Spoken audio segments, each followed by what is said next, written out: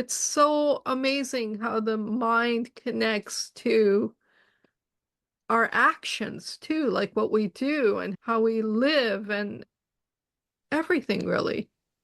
Mhm. Okay, so you talked about allergies, and I mentioned an example of where it's not even an allergy, it's just a habit or it's a aversion for God knows what reason. Some people don't like nuts, for example, right? All of a sudden they can't eat nuts and it's considered an allergy, but there was probably something that happened at some point in their life to to give them that allergy or aversion. Mhm. Yes. I mentioned that there were two main reasons for allergies. One was to protect you. It's Protect, the yeah. mind's reaction to protect you from pain and suffering, perceived pain and suffering. Right. Second reason is if you have a heavy load of toxicity in your system.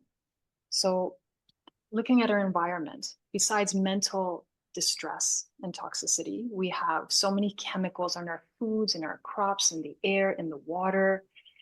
I can go on and on. And so, this tends to gunk up the body. There's Right. also parasites, heavy metals, and mold, which really make it challenging for the body to clear out, constantly clear out, and be functioning at a high level, enabling you to absorb the nutrients that you're ingesting through good food, supplements, good mindsets.